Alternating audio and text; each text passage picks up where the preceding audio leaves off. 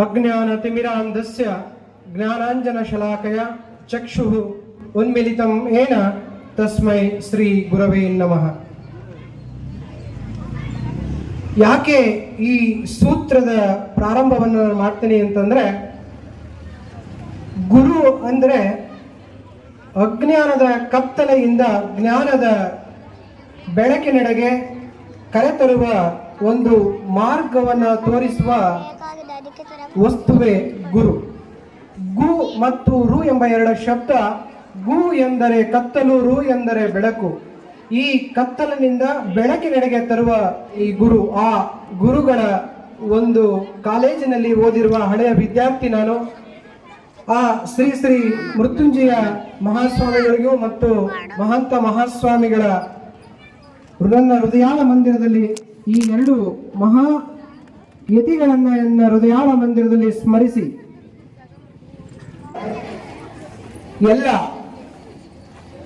ದುರ್ಗಾ ಪ್ರೌಢಶಾಲೆ ಮತ್ತು ನಾಗುಬಾಯಿ ಮಾಮ್ಲಾಬಾಯಿ ದೇಸಾಯಿ ಪ್ರೌಢಶಾಲೆಯ ಶಿಕ್ಷಕರು, ಮೃತ್ಯುಂಜಯ ವಿದ್ಯಾಪೀಠದ ಶಿಕ್ಷಕರು, ರೂರಲ್ ಪಾಲಿಟೆಕ್ನಿಕ್ ಶಿಕ್ಷಕರು ಮತ್ತು ಬೋಧಕೇತರ ಸಿಬ್ಬಂದಿಗಳು, ಮುದ್ದು ವಿದ್ಯಾರ್ಥಿಗಳು, ಪೋಷಕರು, ಇವರೆಲ್ಲರಿಗೂ ನಮಸ್ಕರಿಸುತ್ತಾ ನನ್ನ ಚಿಕ್ಕ ಉಪನ್ಯಾಸನವನ್ನ ಪ್ರಾರಂಭ ಮಾಡ್ತೇನೆ.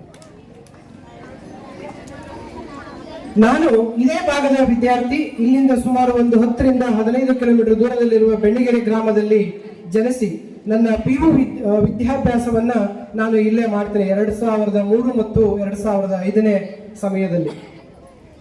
ಇದಾದ ನಂತರ ನಾನು ಶಿವಮೊಗ್ಗ ಮತ್ತು ಧರ್ಮಸ್ಥಳ ಕಾಲೇಜುಗಳಲ್ಲಿ ನನ್ನ MD ಮತ್ತು ವಿವಿಧ ಡಿಫಾರ್ಮಾ ಮತ್ತು PG ಯೋಗವನ್ನು ನಾನು ಶಿವಮೊಗ್ಗದ ಕುವೆಂಪು ಯೂನಿವರ್ಸಿಟಿಯಲ್ಲಿ ಮುಗಿಸಿ ಈಗ ಶಿವಮೊಗ್ಗದಲ್ಲಿ ಆಯುರ್ವೇದ ಆಸ್ಪತ್ರೆ ಮತ್ತು ಮಹಾವಿದ್ಯಾಲಯದಲ್ಲಿ ಪ್ರಾಧ್ಯಾಪಕರಾಗಿ ಕೆಲಸ ಮಾಡ್ತಾ ಇದ್ದೀನಿ. ಇವತ್ತು ನಿಮ್ಮೆಲ್ಲರಿಗೂ ಅಂದ್ರೆ ಹೆಚ್ಚಿನದಾಗಿ ವಿದ್ಯಾರ್ಥಿಗಳಿಗೆ ಆಯುರ್ವೇದದ ಜೊತೆಗೆ ನಾನು ಸ್ವಲ್ಪ ಜ್ಯೋತಿಷನ ಕಲ್ತಿದ್ದೀನಿ. ಹಾಗಾಗಿ ನಾನು ನಿಮ್ಮೆಲ್ಲರ ಭವಿಷ್ಯ ಹೇಳ್ತೇನೆ. ಈಗ ಅದು ಯಾರಿಗೆ ಅಂತಂದ್ರೆ 20 ವರ್ಷದ ಒಳಗಿನ ಮಕ್ಕಳಿಗೆ. ಯಾರ್ಯಾರು ಇದ್ದೀರಾ ಎಲ್ಲರೂ ಅಂಗೈ ತೋರಿಸಿ ನನಗೆ ಸಾಕು. ಎಲ್ಲರೂ 20 ವರ್ಷದ ಒಳಗಿನ ಮಕ್ಕಳಿಗೆ ನಾನು ಭವಿಷ್ಯ ಹೇಳ್ತೀನಿ. ಈಗ ನೋಡಿ, ನಿಮ್ಮ ಅಂಗೈಯಲ್ಲಿ ರೇಖೆಗಳು, ಲಕ್ಷ್ಮಿ ರೇಖೆ ಇದೆ, ಸರಸ್ವತಿ ರೇಖೆ ಇದೆ, ಜೊತೆಗೆ ಗಜಕೇಶ್ವರಿ ಯೋಗ ಇದೆ, ಲಕ್ಷ್ಮೀನಾರಾಯಣ ಯೋಗ ಇದೆ. ಈ ಎಲ್ಲ ಯೋಗಗಳು ನಿಮಗೆ ಈಗ ಬರುತ್ತೆ. ಯಾರು ಈ ಒಂದು ಉಪನ್ಯಾಸವನ್ನ ಸರಿಯಾಗಿ ಕೇಳ್ತೀರ ಅವರಿಗೆ ಎಲ್ಲರೂ ಕೈಯಿರಿಸಿ. ಈಗ ಈ ನಾನು ಆರಿಸಿಕೊಂಡ ವಿಷಯ ಡಾಕ್ಟರ್ ಆಗಿ ಕೂಡ ಡಾಕ್ಟರ್ ಸಂಬಂಧಿಸಿದ ಆರೋಗ್ಯಕ್ಕೆ ಸಂಬಂಧಿಸಿದ ಕೆಲವು ಹಿತನುಡಿಗಳನ್ನು ನುಡಿಬೇಕು ಅಂತ ನಾನು ಪ್ರಥಮದಲ್ಲಿ ಅನ್ಕೊಂಡೆ. ಆದರೂ ಕೂಡ ವಿದ್ಯಾರ್ಥಿಗಳಿಗೆ ಏನಾದ್ರೂ ಹೇಳಬೇಕು ಎಂದು ಯೋಚಿಸಿ ಸಣ್ಣ ಪ್ರಯತ್ನ ಮಾಡ್ತೀನಿ. ಈಗ ವಚನಕಾರರು ತಮ್ಮ ವಚನದ ಮೂಲಕನೇ ಹುಟ್ಟಿನಿಂದ ಹಿಡಿದು ಅಂತ್ಯದವರೆಗೂ ಎಲ್ಲ ವಚನಗಳಲ್ಲೇ ಮುಗಿಸಿದ್ರು ನನಗೆ ಹೇಳಕ್ಕೆ ಏನು ಉಳಿದಿಲ್ಲ. ಅಷ್ಟು ಅರ್ಥಗರ್ಭಿತವಾಗಿ ಎಲ್ಲ ಸಂದರ್ಭಗಳಲ್ಲೂ ನಮ್ಮ ಜೀವನದಲ್ಲಿ ಬರುವ ಎಲ್ಲ ಮೆಲುಕುಗಳನ್ನ ಮೆಲಕಾಡಿ ಹೋಗಿದ್ದಾರೆ. ಈಗ ನನಗೆ ಉಳಿದಿರತಕ್ಕಂಥದ್ದು ಏನು ಇಲ್ಲ. ಆದ್ರೂ ನಾನು ನನ್ನ ಸಣ್ಣ ಪ್ರಯತ್ನ ಮಾಡ್ತೇನೆ.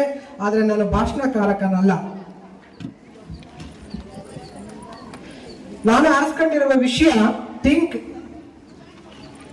Big, achieve big. ನೋಡಿ, ನಾವೆಲ್ಲರೂ ಕೂಡ ಏನಾದ್ರೂ ಸಾಧನೆ ಮಾಡಬೇಕು ಅಂತ ಅನ್ಕೊಂಡಿದ್ದೀವಿ. ಆದ್ರೆ ಪ್ರಯತ್ನ ಮಾಡೋದಿಲ್ಲ, ಅನ್ಕೊಂಡಿರ್ತೇವೆ ಅಷ್ಟೇ.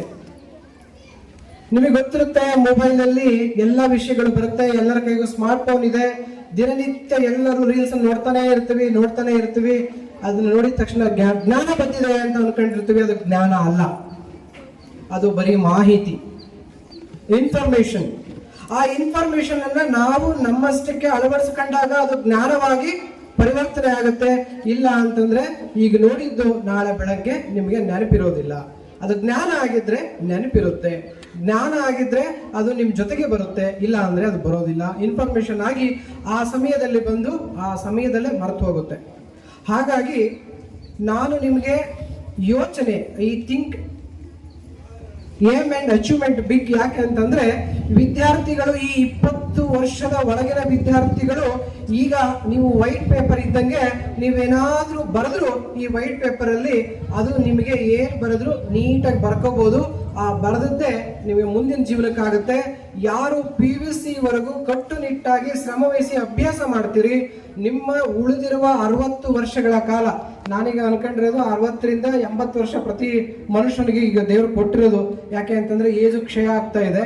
ಹಾಗಾಗಿ 60 ವರ್ಷಗಳ ಸುಖವಾದ ಜೀವನವನ್ನ ನಡೆಸಬೇಕು ಅಂತ ನೀವೆಲ್ಲ ವಿದ್ಯಾರ್ಥಿಗಳು ಅನ್ಕೊಂಡಿದ್ದೇ ಆಗಿದ್ರೆ ಈ 20 ವರ್ಷದ ಒಳಗಿನ ವಿದ್ಯಾಭ್ಯಾಸ ಕಠಿಣ ಪರಿಶ್ರಮದಿಂದ ನೀವು ವಿದ್ಯಾಭ್ಯಾಸವನ್ನ ಮಾಡಿ ಆ ಜ್ಞಾನವನ್ನ ಅಳವಡಿಸಿಕೊಂಡು ಸುಸಂಸ್ಕೃತರಾಗಿ ವಿದ್ಯಾಭ್ಯಾಸವನ್ನ ಮಾಡಿದ್ದೇ ಸತ್ಯ ಆಗಿದ್ರೆ ಉಳಿದಿರುವ 60 ವರ್ಷ ಅರ್ಥಪೂರ್ಣವಾಗಿ ನೀವು ಕಳೆಯಬಹುದು ಅನ್ನೋದು ನನ್ನ ಉದ್ದೇಶ. ಸಕ್ಸಸ್ ಅಂತಂದ್ರೆ ನಾವೇನಾದ್ರೂ ಅಚೀವ್ಮೆಂಟ್ ಮಾಡಿದ್ರೆ ಅದು ಒಳ್ಳೆಯ ಟಾಸ್ಕ್ ಅನ್ನ ಇಟ್ಕೊಂಡು ನಾವು ಅಚೀವ್ಮೆಂಟ್ ಮಾಡಿದ್ರೆ ಅದು ಸಕ್ಸಸ್. ಸುಮ್ಮನೆ ಸಕ್ಸಸ್ ಬಂದ್ರೆ ಅದು ಸಕ್ಸಸ್ ಅಲ್ಲ. ನಾವೇನಾದ್ರೂ ಅನ್ಕೊಂಡಿರ್ಬೇಕು, ಅನ್ಕೊಂಡ ತರ ನಡ್ಕೋಬೇಕು. ಅದಕ್ಕೆ ಸಮಯ ಪರಿಪಾಲನೆ ಇರ್ಬೋದು ಅಥವಾ ವಿವಿಧ ಆಯಾಮಗಳಲ್ಲಿ ನಾವು ಯೋಚನೆ ಮಾಡಿ ಅದನ್ನ ರೀಚ್ ಮಾಡಿದ್ರೆ ಅದು ಸಕ್ಸಸ್. ಇದಕ್ಕೆ ಸಕ್ಸಸ್ ಅಂತ ನಾವು ಕರಿತೀವಿ. ಸಕ್ಸಸ್ ಬಂದಾದ್ಮೇಲೆ ಇನ್ನೊಬ್ಬರಿಗೂ ಸಕ್ಸಸ್ ಬರೋ ರೀತಿ ಇನ್ಸ್ಪೈರ್ ಮಾಡಿದ್ರೆ ಅದು ಸಕ್ಸಸ್. ಆಮೇಲೆ ನಮ್ಮ ತಂದೆ ತಾಯಿಗಳು ನೀನು ಹುಟ್ಟಿದ್ದಕ್ಕೆ ಸಾರ್ಥಕ ಆಯ್ತಪ್ಪ ಅಂತ ಹೇಳಿದ್ರೆ ಅದು ಸಕ್ಸಸ್. ಈ ರೀತಿ ಸಕ್ಸಸ್ಸಿನ ಒಂದು ಪ್ರೊಸೆಸ್ ಇದೆ. ಇದು ಪ್ರೊಸೆಸ್, ಇದು ಕಂಟಿನ್ಯೂಸ್ ಆಗಿರುತ್ತೆ. ನೀವು ಹುಟ್ಟಿದಾಗಿಂದ ಸಾಯೋ ತನಕನೂ ಕೂಡ ಸಕ್ಸಸ್ಗೆ ದಾರಿ ಇದೆ. ಪ್ರಖ್ಯಾತಿ ಆಗೋದಕ್ಕೆ ಒಂದು ರಾತ್ರಿ ಸಾಕು, ಪ್ರಖ್ಯಾತಿ ಆಗೋದಕ್ಕೆ ಒಂದು ರಾತ್ರಿ ಸಾಕು ಅಲ್ಲ, ಜೀವನ ಪೂರ್ತಿ ನಾವು ಪ್ರಖ್ಯಾತಿ ಆಗಬೇಕು. ಮತ್ತೆ ಈ ನಾವು ವಿಖ್ಯಾತಿ ಸಿಗೋದಕ್ಕೆ ಒಂದು ನೈಟ್ ಸಾಕು. ನಾವು ಕೆಟ್ಟವರು ಅಂತ ಅನ್ಸ್ಕೊಳ್ಳಕ್ಕೆ ಒಂದು ದಿನ ಸಾಕು. ಆದರೆ ಪ್ರಸಿದ್ಧರಾಗೋದಕ್ಕೆ, ಪಾಪ್ಯುಲರ್ ಆಗೋದಕ್ಕೆ ಪ್ರತಿ ನಿಮಿಷ, ಪ್ರತಿ ದಿನ, ಪ್ರತಿ ವರ್ಷನೂ ಕೂಡ ಆ ಸರಿ ದಾರಿಯಲ್ಲಿ ಹೋಗ್ಬೇಕಾಗತ್ತೆ. ಸುಮಾರು 60 ವರ್ಷ ಆದ್ಮೇಲೆ ಒಳ್ಳೆ ಶಿಕ್ಷಕ ಆಗಿದ್ರು ಅಂತ ಹೇಳ್ತಾರೆ, 60 ವರ್ಷ ಆದ್ಮೇಲೆ ಒಳ್ಳೆ ವೈದ್ಯರು ಅಂತ ಹೇಳ್ತಾರೆ, 60 ವರ್ಷ ರಿಟೈರ್ಡ್ ಆದ್ಮೇಲೆ ಒಳ್ಳೆಯ ಪಶು ವೈದ್ಯಾಧಿಕಾರಿಗಳು ಅಂತ ಹೇಳ್ತಾರೆ. ಅಥವಾ ಈ ಒಂದು ಪರಿಶ್ರಮ ನಾವು ಕಂಟಿನ್ಯೂಸ್ ಆಗಿ ಮಾಡಿದಾಗ ಮಾತ್ರ ಇವರು ಒಳ್ಳೆಯವರು ಅಂತ ಹೇಳ್ತಾರೆ. ಆದ್ರೆ ಕೆಟ್ಟವರು ಅಂತ ಒಂದು ದಿನದಲ್ಲಿ ಹೇಳಕ್ ಸಾಧ್ಯತೆ ಇದೆ. ಹಾಗಾಗಿ ನಾವು ಒಳ್ಳೆಯರಾಗಬೇಕಂತೆ. ಹಾಗಾಗಿ ನಮ್ಮಲ್ಲಿ ಕಾನ್ಫಿಡೆನ್ಸ್ ಬಹಳ ಮುಖ್ಯ ಆಗ್ತದೆ ಮತ್ತು ಹಾರ್ಡ್ ವರ್ಕ್ ತುಂಬಾ ಮುಖ್ಯವಾಗಿ ಬೇಕಾಗ್ತದೆ. ಈ ಸಕ್ಸಸ್ ಮತ್ತೆ ಹಾರ್ಡ್ ವರ್ಕ್ ಇದ್ರೆ ಅಷ್ಟೇ ಸಾಕಾಗೋದಿಲ್ಲ. ನಾವು ವಿದ್ಯಾರ್ಥಿಗಳ ನಡುವೆ ವಿಶೇಷವಾದ ವಿದ್ಯಾರ್ಥಿ ಆಗ್ಬೇಕಾಗತ್ತೆ. ಆ ವಿದ್ಯಾರ್ಥಿಗೆ ಮಾತ್ರ ವಿಶೇಷವಾದ ಜ್ಞಾನ ಮತ್ತು ಅಂಕಗಳು ಮತ್ತು ಅವರಿಗೆ ವಿಶೇಷ ರೀತಿಯಲ್ಲಿ ಮಾನ ಸಮ್ಮಾನ ಗೌರವಗಳು ಸಿಗುತ್ತೆ. ಸೊ ಇವತ್ತಿನ ಈ ದಿನಗಳಲ್ಲಿ ನಾವು ಓದಿ ಸಾಧನೆ ಮಾಡಿದ್ರೆ ಒಂದೇ ಸಾಕಾಗೋದಿಲ್ಲ. 30 ವರ್ಷ ಹಿಂದಿನ ಶಿಕ್ಷಕರು ಇವತ್ತಿನ ಕಂಪ್ಯೂಟರ್ ಜ್ಞಾನವನ್ನ ಕಡಿಮೆ ಹೊಂದಿರ್ತಿದ್ರು. ಇವತ್ತು ನಾವು ಅದಕ್ಕನುಗುಣವಾಗಿ ಅಪ್ಡೇಟ್ ಆಗಬೇಕಾಗತ್ತೆ. If you want to stay relevant, ನೀವು ಇವತ್ತಿನ ವಿಜ್ಞಾನಕ್ಕೆ ಹೊಂದ್ಕೊಂಡಿರ್ಬೇಕಾಗತ್ತೆ.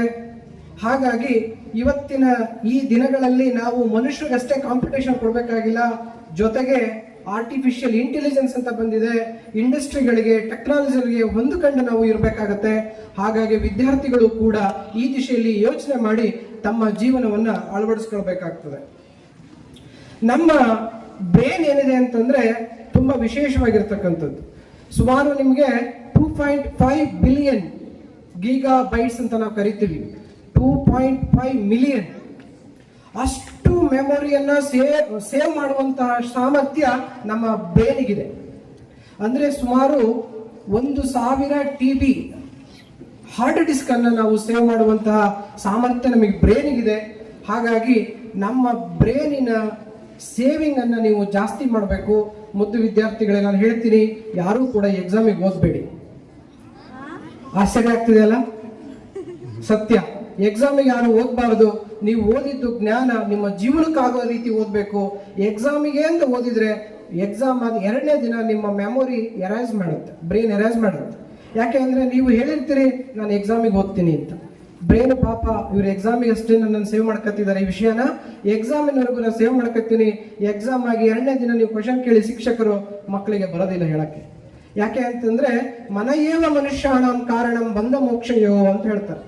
ಮನನಾತ್ ಮನಃ, ನಾವು ಹೇಗೆ ಸಂಕಲ್ಪ ಮಾಡಿರ್ತೀವಿ ಅದೇ ರೀತಿ ಅದು ನಿಮಗೆ ಫೀಡ್ ಮಾಡುತ್ತೆ. ದಯವಿಟ್ಟು ಎಲ್ಲರೂ ಕೂಡ ಈ ಶಿಕ್ಷಣ ಅನ್ನುವಂಥದ್ದು ನಮ್ಮ ಜೀವನದ ಪರಿಪಾಠಕ್ಕೆ ಬರಬೇಕು ಹೊರತು ಉದ್ಯೋಗಕ್ಕಾಗಿ ಅಲ್ಲ. ಇವತ್ತಿನ ಎಲ್ಲ ಶಿಕ್ಷಣ ಸಂಸ್ಥೆಗಳು ಕೂಡ ಇವತ್ತಿನ ಇವ್ರು ಹೇಳ್ತಾ ಇದ್ರು ನಮ್ಮ ಶಿಕ್ಷಣ ಚೇಂಜ್ ಆಗಬೇಕು. ಇದು Macaulay rule of system of education. ಏನು ಅಂತಂದ್ರೆ ಈ ಎಜುಕೇಶನ್ ಬರೀ ಉದ್ಯೋಗಕ್ಕಾಗಿ ಇದೆ, ನಮ್ಮ ಜೀವನದ ಪರಿಪಾಠವನ್ನು ಹೇಳ್ಕೊಡ್ತಾ ಇಲ್ಲ. ಈ ಜೀವನಕ್ಕಾಗಿ ಹೇಳ್ಕೊಡ್ಬೇಕು ಅಂತಂದ್ರೆ ಈ ಕೃಷಿಯನ್ನ ನಾವು ಅತಿ ಉತ್ತಮವಾಗಿ ನಮ್ಮ ದೇಶ ನೆಚ್ಕೊಂಡಿರೋದು ಕೃಷಿ ಬಗ್ಗೆ, ಕೃಷಿ ವಿಜ್ಞಾನದ ಬಗ್ಗೆ ನಾವು ವಿದ್ಯಾರ್ಥಿಗಳಿಗೆ ತಿಳಿಸ್ಕೊಡ್ಬೇಕಾಗಿದೆ. ಹಾಗೂ ಪಶು ಸಂಗೋಪನೆ ಬಗ್ಗೆ ಕಳಿಸ್ಕೊಡ್ಬೇಕಾಗಿದೆ. ಸುತ್ತಮುತ್ತಲಿನ ನಮ್ಮ ಜೀವನೋಪಾಯಕ್ಕಾಗಿ ಬೇಕಾಗುವಂತ ಎಲ್ಲ ಸೌಲಭ್ಯಗಳಿಗೆ ನಾವು ನಮ್ಮ ವಿಜ್ಞಾನವನ್ನು ಕಳಿಸ್ಕೊಡ್ಬೇಕಾಗಿದೆ. ಆ ದಿಟ್ಟಿನಲ್ಲಿ ಇವತ್ತಿನ ವಿಜ್ಞಾನ ಕಡಿಮೆ ಪ್ರಯತ್ನವನ್ನ ಮಾಡಿದೆ ಅನ್ನುವುದು ನನ್ನ ವೈಯಕ್ತಿಕ ವಿಚಾರ. ನಿಮಗೆ ಗೊತ್ತಿರ್ಬೋದು, ನಾನು ಹೇಳಿದೆ ಬ್ರೈನ್ಗೆ ಅಷ್ಟೊಂದು ಸೇವ್ ಮಾಡುವ ಪವರ್ ಇದೆ ಅಂತ. ಅರುಣಿಮಾ ಸಿನ್ಹಾ ಅಂತ ನಿಮಗೆ ಒಂದು ಕತೆ ಹೇಳ್ತೀನಿ. ಯಾರಾದ್ರೂ ಕೇಳಿದ್ದೀರಾ? ಅರುಣಿಮಾ ಸಿನ್ಹಾ ಅಂತ ಇವರು ಉತ್ತರ ಪ್ರದೇಶದ ಲಕ್ನೋದಲ್ಲಿ ಸಾಮಾನ್ಯ ಮಧ್ಯಮ ವರ್ಗದಲ್ಲಿ ಜನಿಸಿದ ಮಹಿಳೆ, ರಾಷ್ಟ್ರೀಯ ಕ್ರೀಡಾಪಟು, ವಾಲಿಬಾಲ್ ಆಟಗಾರ್ತಿ. ಇವರು ಎಕ್ಸಾಮ್ ನಿಮಿತ್ತ ಲಕ್ನೋದಿಂದ ಡೆಲ್ಲಿಗೆ ಪ್ರಯಾಣ ಮಾಡ್ತಾರೆ. ಅಷ್ಟರಲ್ಲೇ ಸುಮಾರು ಯುರೋಪಿನ ಕೆಲವು ದೇಶಗಳಲ್ಲಿ ಇರ್ತಕ್ಕಂಥ ಎತ್ತರದ ಶಿಖರಗಳನ್ನ ಹತ್ತಿ ಬಂದಿರ್ತಾರೆ. ಅದೇ ರೀತಿ ಇವರು ಎಕ್ಸಾಮಿಗೆ ಡೆಲ್ಲಿಗೆ ಹೋಗುವಾಗ ಡೆಲ್ಲಿಯಲ್ಲಿ ಹೋಗುವ ಮುನ್ನವೇ ಟ್ರೈನಲ್ಲಿ ಚೈನ್ ಸ್ನ್ಯಾಕರ್ಸ್ ಅಂತ ಬರ್ತಾರೆ ದರೋಡೆಕೋರರು. ಅವರ ಕತ್ತಿನಲ್ಲಿರುವ ಚೈನ್ ಅನ್ನು ತೆಗಿಯಕ್ಕೆ ಹೋಗಿ ಅವರನ್ನ ದೂಡಿ ಬಿಡ್ತಾರೆ ರೈಲಿನಿಂದ ದೂಡಿದ ತಕ್ಷಣವೇ ಆ ಇನ್ನೊಂದು ಪಕ್ಕದಲ್ಲಿರುವ ರೈಲ ಹಳಿಗೆ ಬಿದ್ದು ಬಿಡ್ತಾರೆ. ಫ್ರಾಕ್ಷನ್ ಆಫ್ ಮಿನಿಟ್ ಅಲ್ಲಿ ಟ್ರೈನ್ ಹರಿದು ಹೋಗುತ್ತೆ. ಅವಳ ಕಾಲ್ ಮೇಲೆ ಟ್ರೈನ್ ಹರಿದು ಹೋಗುತ್ತೆ. ಎಚ್ಚರ ತಪ್ಪಿಡುತ್ತೆ, ಮೂರ್ಛೆ ಹೋಗ್ತಾರೆ. ರಕ್ತವು ಹರಿದು ಅಲ್ಲೇ ತುಂಬಾ ರಕ್ತದ ಮುಡಿವಾಗಿಬಿಡುತ್ತೆ. ಇಂಥ ಸಮಯದಲ್ಲಿ ಅವರು ಪ್ರಜ್ಞೆಹೀನರಾದಾಗ ಸುಮಾರು 49 ಟ್ರೈನು ಅವಳ ಕಾಲ್ ಮೇಲೆ ಹರಿದು ಹೋಗುತ್ತೆ. ಬೆಳಕರಿಯುತ್ತೆ. ಅಕ್ಕಪಕ್ಕದ ಊರಿನವ್ರು ಬಂದು ನೋಡ್ತಾರೆ. ಪ್ರಜ್ಞಾಹೀನ ಸ್ಥಿತಿಯಲ್ಲಿ ಇರ್ತಕ್ಕಂಥ ಇಂಥ ರಾಷ್ಟ್ರೀಯ ಕ್ರೀಡಾಪಟು ಅಂತ ಗೊತ್ತಿರೋದಿಲ್ಲ. ಆದರೆ ಅವರೆಲ್ಲ ಸಹಾಯ ಮಾಡಿ ಡೆಲ್ಲಿ ಇನ್ಸ್ಟಿಟ್ಯೂಟ್ ಆಫ್ ಮೆಡಿಕಲ್ ಸೈನ್ಸ್ಗೆ ಶಿಫ್ಟ್ ಮಾಡ್ತಾರೆ. ಅಲ್ಲಿ ಶಿಫ್ಟ್ ಮಾಡಿದಾಗ ರಕ್ತವನ್ನ ಕೊಟ್ಟು ಅವಳ ಕಾಲನ್ನ ಕಟ್ ಮಾಡೋ ಸ್ಥಿತಿ ಬರುತ್ತೆ. ಕಟ್ ಮಾಡ್ತಾರೆ. ಪ್ರೊಸ್ಥೆಟಿಕ್ ಲೆಗ್ ಅನ್ನ ಹಾಕ್ತಾರೆ. ಇನ್ನೊಂದು ಕಾಲಿಗೆ ರಾಡ್ ಹಾಕ್ತಾರೆ. ಸೊಂಟ ಡಿಸ್ಕ್ ಬಲ್ಸ್ ಆಗಿ ಬಹಳ ಆರೋಗ್ಯದ ಸ್ಥಿತಿ ಹದಗೆಟ್ಟೋಗುತ್ತೆ. ಆದರೆ ಅವಳಿಗೆ ಆಸೆ ಇರುವಂಥದ್ದು ಮೌಂಟ್ ಎವರೆಸ್ಟ್ ಶಿಖರವನ್ನು ಹತ್ತಬೇಕು ಅನ್ನೋಂಥದ್ದು. ಇಂಥ ಸಂದರ್ಭದಲ್ಲಿ ಅವಳಿಗೆ ಪ್ರಜ್ಞೆ ಬಂದಾಗ ಅವಳ ಸ್ಥಿತಿಯನ್ನು ನೋಡಿ ಅವಳಿಗೆ ತುಂಬಾ ಚಿಂತಾಜನಕ ಆಗುತ್ತೆ, ತುಂಬಾ ಬೇಜಾರಾಗುತ್ತೆ. ಬಟ್ ಅವಳ ಸಂಕಲ್ಪ, ಆಸೆ ಮೌಂಟ್ ಎವರೆಸ್ಟ್ ಹತ್ತಬೇಕು ಅನ್ನೋ ಆಸೆ ಮಾತ್ರ ಹೋಗಿರೋದಿಲ್ಲ. ಆ ಆಸೆಯನ್ನ ಜೀವಂತವಾಗಿ ಇಟ್ಕೊಂಡು ಮತ್ತೆ ಗಟ್ಟಿಯಾದ ನಿರ್ಧಾರವನ್ನ ಮಾಡ್ತಾಳೆ. ಹೇಗಾದ್ರೂ ಮಾಡಿ ನಾನು ಮೌಂಟ್ ಎವರೆಸ್ಟ್ ಹತ್ತಲೇಬೇಕು ಅಂತೇಳಿ ನಿರ್ಧಾರ ಮಾಡ್ತಾಳೆ. ಅಲ್ಲಿಂದ ಆಸ್ಪತ್ರೆಯಿಂದ ಡಿಸ್ಚಾರ್ಜ್ ಆಗಿ ಬರ್ತಾಳೆ. ಡಿಸ್ಚಾರ್ಜ್ ಆಗಿ ಬಂದು ನೆಹರು ಇನ್ಸ್ಟಿಟ್ಯೂಟ್ ಆಫ್ ಮೌಂಟೇರಿಂಗ್ ಒಂದು ಇನ್ಸ್ಟಿಟ್ಯೂಟ್ ಅನ್ನ ಸೇರ್ಕೊತಾಳೆ. ಶಿಖರ ಏರುವ ಒಂದು ಟೆಕ್ನಿಕ್ ಅನ್ನ ಕಲಿಸ್ತಾರೆ ಅವರು. 11 ತಿಂಗಳು ಸುದೀರ್ಘ 17 ತಾಸು ಒಂದು ದಿನಕ್ಕೆ 17 ಅವರ್ಸ್ ವರ್ಕ್ ಮಾಡ್ತಾಳೆ. ಒಂದು ಕಾಲಿರೋದಿಲ್ಲ, ಪ್ರೊಸ್ಥೆಟಿಕ್ ಲೆಗ್ ನೆನಪಿರಲಿ, ಜೊತೆಗೆ ಒಂದು ಕಾಲಿಗೆ ರಾಡು, ಸೊಂಟದಲ್ಲಿ ಡಿಸ್ಕ್ ಇರೋದಿಲ್ಲ. ಇಂಥ ಸಂದರ್ಭದಲ್ಲಿ ಎಲ್ಲರೂ ಮೌಂಟ್ ಎವರೆಸ್ಟ್ ಹತ್ತಬೇಕು ಅಂತ ಹೇಳಿದಾಗ ನಗ್ತಾರೆ. ಇದು ಸಾಧ್ಯನಾ ಅಂತ ಕೇಳ್ತಾರೆ. ಆದರೆ ಇವಳು ಮನಸ್ಸಲ್ಲೇ ಮುಗುಳ್ನಕ್ಕು ನಾನು ಸಾಧಿಸಬಲ್ಲೆ ಎನ್ನುವ ಮನಸ್ಸಿಂದ ಇಚ್ಛೆಯನ್ನ ವ್ಯಕ್ತಪಡಿಸ್ತಾಳೆ. ಒಂದು ದಿನ ಆಲ್ರೆಡಿ ಈ ಮೌಂಟ್ ಎವರೆಸ್ಟ್ ಹತ್ತಿ ಬಂದ ಮಹಿಳೆಯನ್ನ ಒಬ್ಬಳ ಸಂಪರ್ಕ ಮಾಡಿ ಕೇಳ್ತಾಳೆ. ಅಲ್ಲಿ ಆಗುವ ಕಷ್ಟ ನಷ್ಟ ಎಲ್ಲವನ್ನು ಕೇಳ್ತಾಳೆ. ಮೌಂಟ್ ಎವರೆಸ್ಟ್ ಹತ್ತಬೇಕು ಅಂದ್ರೆ ತುಂಬಾ ಹಿಮ ಇರುತ್ತೆ, ಆಕ್ಸಿಜನ್ ಇರೋದಿಲ್ಲ, ಆಕ್ಸಿಜನ್ ಸಿಲಿಂಡರ್ ಹಾಕೊಂಡು ಹೋಗ್ಬೇಕಾಗುತ್ತೆ. ಇವೆಲ್ಲವನ್ನ ಮಾಹಿತಿ ತಿಳ್ಕೊಂಡು ಒಂದು ದಿನ 2011ರಲ್ಲಿ ಇನ್ಸಿಡೆಂಟ್ ಆಗುತ್ತೆ. 2013ರಲ್ಲಿ ಈ ಪ್ರಯತ್ನ ಮಾಡ್ತಾಳೆ, ಹತ್ತಕ್ಕೆ ಹೋಗ್ತಾಳೆ.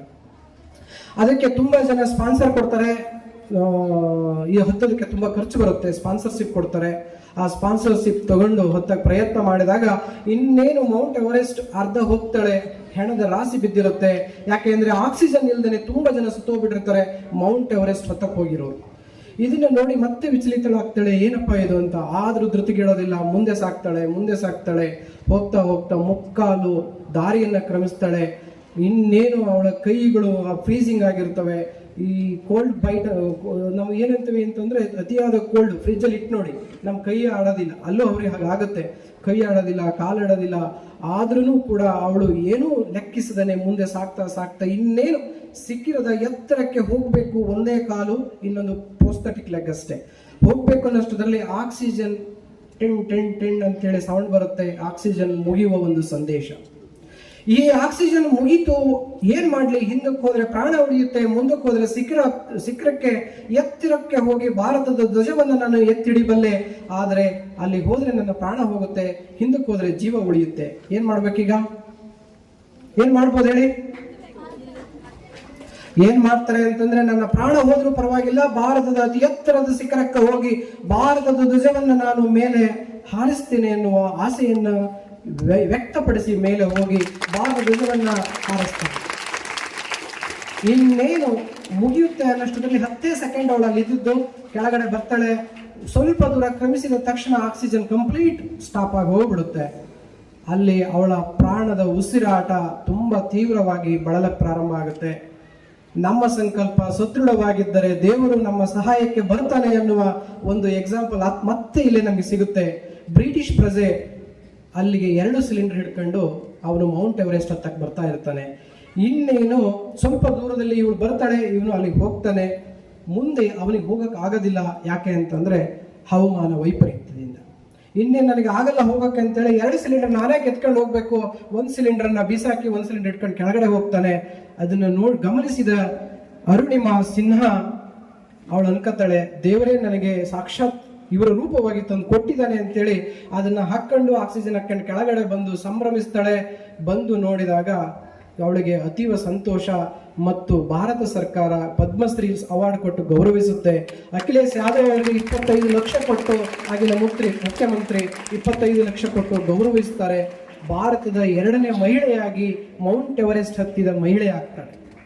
ಅಂದ್ರೆ ಒಬ್ಬ ಕಾಲಿಲ್ಲದ ಮಹಿಳೆ, ಇನ್ನೊಂದು ಕಾಲಿಗೆ ರಾಡಿರುವ ಮಹಿಳೆ, ಸೊಂಟದ ಡಿಸ್ಬಲ್ಸ್ ಆಗಿರುವ ಮಹಿಳೆ ಈ ಮೌಂಟ್ ಎವರೆಸ್ಟ್ ಶಿಖರವನ್ನ ಆಕ್ಸಿಜನ್ ಇಲ್ಲದೆ ಪ್ರದೇಶದಲ್ಲಿ ಹತ್ತುತ್ತಾಳೆ ಅನ್ನೋದಾದ್ರೆ, ಇಲ್ಲಿ ಓದುವ ಪ್ರತಿಯೊಬ್ಬ ವಿದ್ಯಾರ್ಥಿಗೂ ಶಿಕ್ಷಕರಿದ್ದಾರೆ, ಆಹಾರ ಇದೆ, ತಂದೆ ತಾಯಿ ನಿಮಗೆ ಬೇಕಾಗುವ ಎಲ್ಲ ಸೌಲಭ್ಯಗಳನ್ನ, ದುಡ್ಡು ಮತ್ತೊಂದು ಎಲ್ಲದನ್ನೂ ನೀಡ್ತಾರೆ.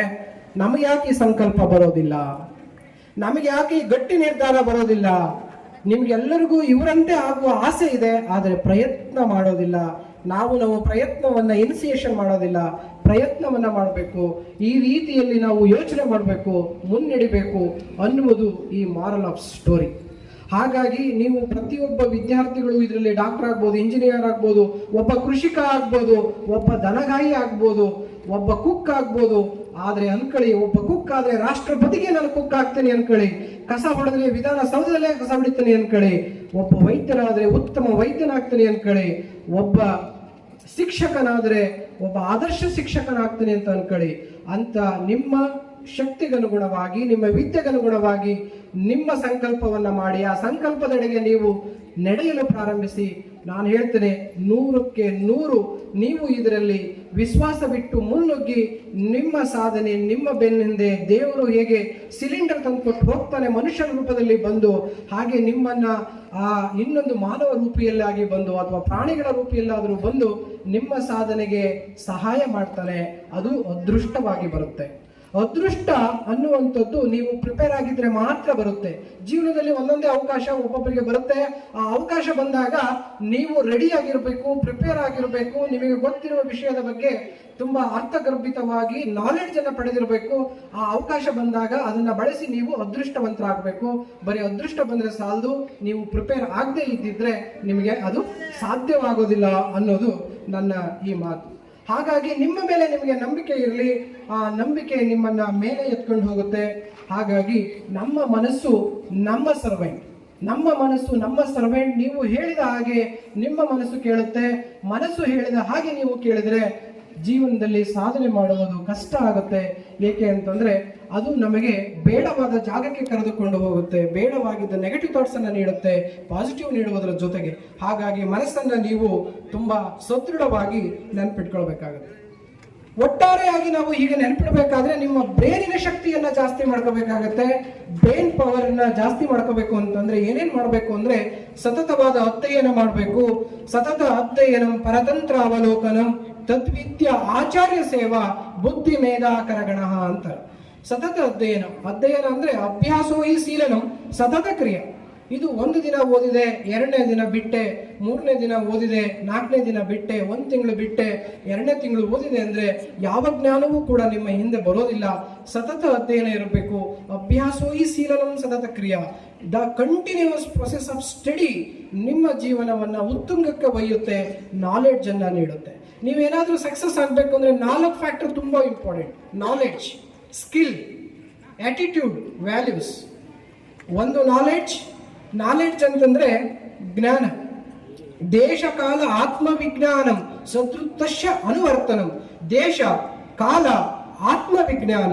ನೀವು ಈ ಮಹಾಂತ ಸ್ವಾಮಿ ಈ ಒಂದು ಸಂಸ್ಥೆಯಲ್ಲಿ ಕೆಲಸ ಮಾಡ್ತಿದ್ರೆ ಈ ಸಂಸ್ಥೆಗೆ ಅನುಗುಣವಾಗಿ ಪೂರಕವಾಗಿ ಮತ್ತು ಈ ಸಂಸ್ಥೆಯ ಎಲ್ಲ ಪೂರಕ ಅಂಶಗಳನ್ನ ಶಕ್ತಿ ತುಂಬುವುದರ ಜೊತೆಗೆ ಇದನ್ನು ಅರಿತು ನೀವು ಮಾಡಿದ್ದೇ ಆಗಿದ್ರೆ ಅದಕ್ಕೆ ಒಂದು ಜ್ಞಾನ ಅಂತ ನಾವು ಕರಿತೀವಿ. ಅದು ನಾಲೆಡ್ಜ್. ಇದ್ರ ಬಗ್ಗೆ ತಿಳ್ಕೋಬೇಕಾಗುತ್ತೆ. ದೇಶ ಕಾಲ ಮನಸ್ಸು ಮತ್ತು ಈ ಪರಿಸರದ ಬಗ್ಗೆ ತಿಳಿದುಕೊಂಡು ನಾವು ಅದರ ಜೊತೆ ವರ್ತಿಸಬೇಕಾಗುತ್ತೆ. ಆ ಜ್ಞಾನವನ್ನ ನೀವು ಅಳವಡಿಸ್ಕೊಳ್ಬೇಕಾಗುತ್ತೆ. ಎರಡನೇದು ಸ್ಕಿಲ್. ಯಾರಿಗೆ ಸ್ಕಿಲ್ ಇರುತ್ತೆ ಅವನು ಎಲ್ಲಿ ಹೋದರೂ ಅವನು ಪೂಜಿತಾನೆ. ಸ್ವಗೃಹೇ ಪೂಜ. ಅದಕ್ಕೆ ಈ ಸನ್ಮಾನವೇ ಸಾಕ್ಷಿ.